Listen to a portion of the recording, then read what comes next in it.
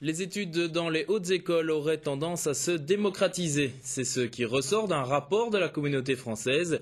Cette évaluation fait suite à la limitation des frais complémentaires d'inscription. Limiter les frais réclamés aux étudiants en plus du Minerval, c'est l'esprit du décret approuvé l'été dernier par le Parlement de la communauté française et dont la ministre de l'Enseignement supérieur, Marie-Dominique Simonet, évaluait les premiers effets 6 mois après son entrée en vigueur. Ce décret autorise les hautes écoles à réclamer aux étudiants certains frais sous certaines conditions. L'intention est de mettre en place un système dans lequel les étudiants seront clairement informés des frais qui pourront leur être réclamés.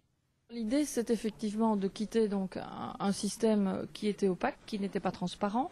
Il y avait des montants souvent qui étaient demandés en cours d'année, donc en début d'année, on ne savait pas très bien finalement combien ça allait coûter, vers un système qui sera moins cher, vers un système qui sera encadré, qui sera transparent. On ne pourra plus réclamer que des montants qui se trouvent dans une liste, et il faut que ces montants correspondent à de vraies dépenses.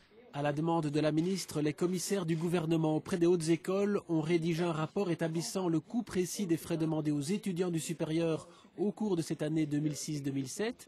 Globalement, les plafonds fixés pour les frais sont respectés et le coût des études aurait tendance à baisser.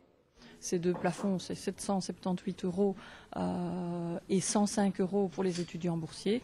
Et donc les hautes écoles qui dépasseraient aujourd'hui ces plafonds, et c'est une situation qui existe depuis longtemps, eh bien ont 5 ans pour réduire et s'aligner dans 5 ans sur ces deux plafonds.